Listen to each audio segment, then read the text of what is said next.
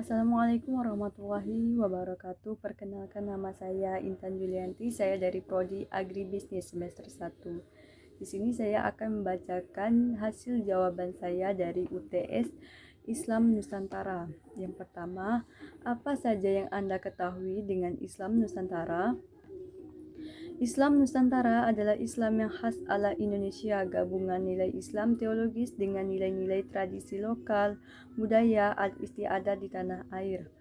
Definisi pertama menjelaskan bahwa Islam Nusantara merupakan paham Islam yang substansi dan implementasinya terjadi di wilayah Nusantara dalam bentuk pertautan antara wahyu dan budaya Nusantara, yang menjadikan Islam Nusantara memiliki nuansa khas Nusantara. Sedangkan definisi kedua menyatakan bahwa Islam Nusantara merupakan Islam yang mempunyai karakter Indonesia, hasil interaksi nilai-nilai Islam teologis dengan tradisi Indonesia. Islam disebarkan di Indonesia secara damai, tanpa kekerasan dan tanpa paksaan. Ulama pendakwah Islam, terutama Wali Songo, tidak mudah dalam mendakwahkan Islam di Indonesia dengan fakta bahwa mayoritas masyarakat memeluk Hindu dan Buddha serta masih berkuasanya beberapa kerajaan Hindu dan Buddha di Nusantara yang mengharuskan mereka berdakwah dengan beragam cara dan tidak monoton. Beberapa metode di antaranya adalah interaksi perdagangan, pendidikan, pernikahan, dan akulturasi budaya. Dan dakwah Islam oleh para ulama menyesuaikan kondisi dan situasi di Nusantara saat itu. Jika boleh berandai, Islam tidak akan pernah hidup di Nusantara seperti sekarang ini jika saat itu Islam didakwahkan, disebarkan dengan paksaan dan kekerasan. Pendakwah Islam di Nusantara, khususnya Wali Songo, sangat paham kondisi masyarakat Nusantara saat itu, sehingga mereka menyebarkan Islam melalui pendekatan-pendekatan yang dapat diterima oleh masyarakat. Budaya asli masyarakat Nusantara tidak serta-merta ditolak, namun justru diterima dengan baik, beberapa modifikasi, dan selama tidak bertentangan dengan syariat Islam. Selanjutnya yang nomor 2, bagaimana pandangan NU terhadap Islam Nusantara? Yaitu Ketua Umum Pengurus Besar Nahdlatul Ulama atau PBNU, Said Akil Sirot, memperjelas jika Islam Nusantara bukan aliran, mazhab, atau sekte, melainkan Islam yang menghormati budaya dan tradisi Nusantara yang ada selama tidak bertentangan dengan syariat Islam. Seperti sabda Sayyidina Ali, pergaulilah manusia dengan akhlak yang baik. Artinya apa? Pergaulilah masyarakat dengan tradisi setempat, supaya tidak ada konflik, supaya tidak tegang dan menghormati budaya setempat. Dalam pandangan fikih, bahkan tradisi atau budaya dapat menjadi sumber sebuah hukum atau Islam. Inilah wujud dari Islam Nusantara. Islam yang memberikan apresiasi dan afirmasi terhadap kebudayaan dan tradisi. NU juga memandang keragaman sebagai keniscayaan atau sunatullah. Keragaman adalah anugerah atau rahmat yang harus disyukuri, sekaligus menjadi energi maju untuk bersama, dan keragaman tetap harus melahirkan persaudaraan antar umat manusia. Selanjutnya untuk nomor 3, tidak semua umat Islam setuju dengan Islam Nusantara. Coba Anda jelaskan apa saja argumentasi bagi yang menolak Islam Nusantara. Pertama, Islam Nusantara dikritik terlalu Jawa karena mengambil contoh Wali Songo sebagai ikon Islam Nusantara. Kedua, tidak ada Islam Nusantara, Islam Arab atau lainnya. Hanya ada satu Islam. Ketiga, Islam Nusantara dianggap kreasi kaum liberal yang disokong Amerika Serikat dan negara-negara Barat untuk memecah belah Islam. Keempat, salah satu definisi Islam Nusantara dianggap sebagai fikisasi karena bahasa yang digunakan cenderung tidak jelas dengan menggunakan kata serapan yang terlalu banyak. Terakhir, kelima, Islam Nusantara tidaklah murni berasal dari Indonesia sebab juga didominasi elemen asing seperti unsur India dan Cina. Pendekar cyber yang kontra Islam Nusantara ini tidak kalah hebat. Mereka habis-habisan memutar otak mereka untuk mementahkan konsep Islam Nusantara. Kontra terhadap Islam Nusantara adalah sangat baik, sebab berfungsi sebagai ujian terhadap wacana itu sendiri. Jika tahan uji, maka Islam Nusantara memiliki masa depan yang baik. Aktivis pro dan kontra Islam Nusantara sebaiknya berdebat dengan baik dan sehat, dengan memperhatikan hukum yang berlaku di negara ini, terutama dalam konteks UU ITE yang mengandung pasal pencemaran nama baik.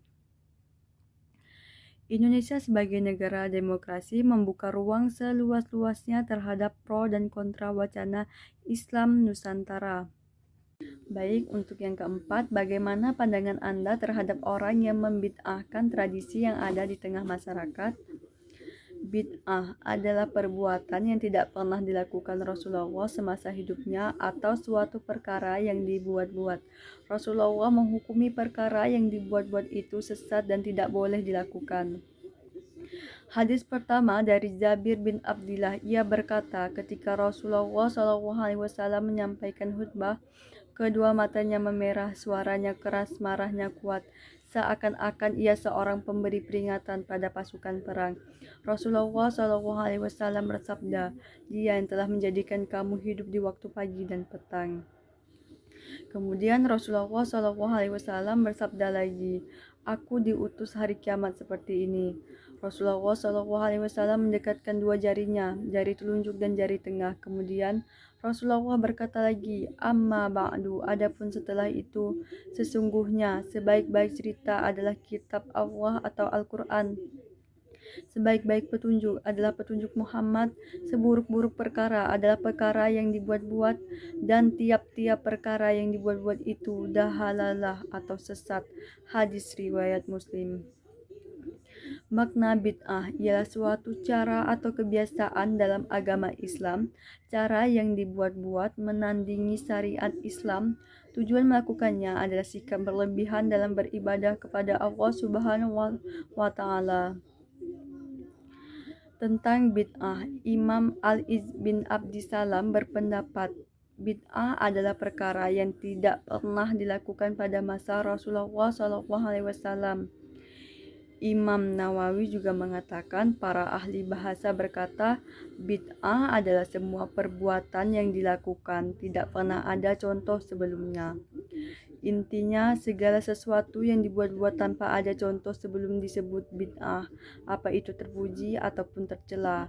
Dan semua sepakat bahwa bid'ah adalah perkara yang dibuat-buat tanpa ada contoh sebelumnya, tidak diucapkan atau dilakukan Rasulullah SAW.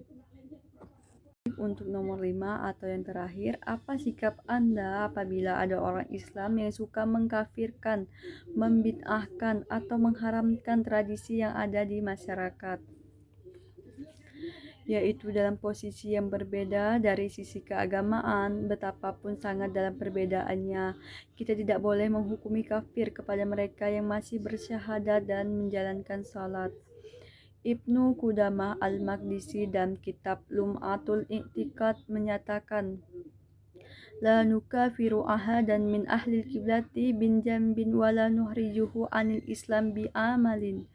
Kami tidak mengkafirkan seorang pun dari ahlul kiblat dengan sebab dosa yang dia lakukan, dan kami tidak mengeluarkannya dari Islam dengan sebab perbuatannya.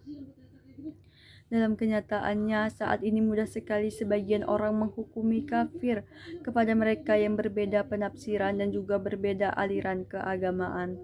Betapa mudahnya sebagian orang mengkafirkan muslim lainnya, seolah mereka tidak takut dengan ancaman dari hadis Nabi berikut. Barang siapa memanggil dengan sebutan kafir atau musuh Allah padahal yang bersangkutan tidak demikian, maka tuduhan itu akan kembali kepada penuduh. Hadis riwayat Bukhari Muslim. Atas kehati-hatian yang terkandung dalam hadis tersebut, para ulama pada masa lalu sangat hati-hati atau ihtiyati untuk memvonis kafir kepada muslim lainnya, meskipun dipandang telah menyimpang sangat jauh.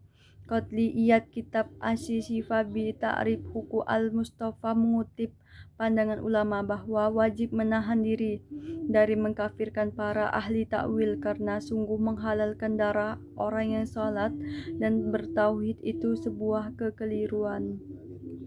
Kesalahan dalam membiarkan 1.000 orang kafir itu lebih ringan daripada kesalahan dalam membunuh satu nyawa muslim. Pandangan senada juga dikemukakan oleh Imam Abu Hamid Al-Ghazali dalam kitab Al-Ihtisab fil I'tiqad agar menjaga diri dari mengkafirkan orang lain sepanjang menemukan jalan untuk itu, sesungguhnya menghalalkan darah dan harta muslim yang salat menghadap kiblat, yang secara jelas mengucapkan 2 kalimat syahadat itu merupakan kekeliruan, padahal kesalahan dalam membiarkan hidup 1.000 orang kafir itu lebih ringan daripada kesalahan dalam membunuh satu nyawa muslim. Dalam konteks ini, Rasulullah SAW bersabda 3 perkara yang merupakan dasar keimanan: menahan diri dari orang yang mengucapkan La ilaha illallah, tidak mengkafirkannya karena suatu dosa dan tidak mengeluarkannya dari keislaman karena sebuah amalan. Hadis riwayat Abu Dawud. Mungkin hanya sekian dapat saya jelaskan dari jawaban hasil UTS Islam Nusantara saya. Saya mohon maaf jika masih banyak kekurangan. Wallahu muwaffiq ila aqwamit thoriq. Wassalamualaikum warahmatullahi wabarakatuh.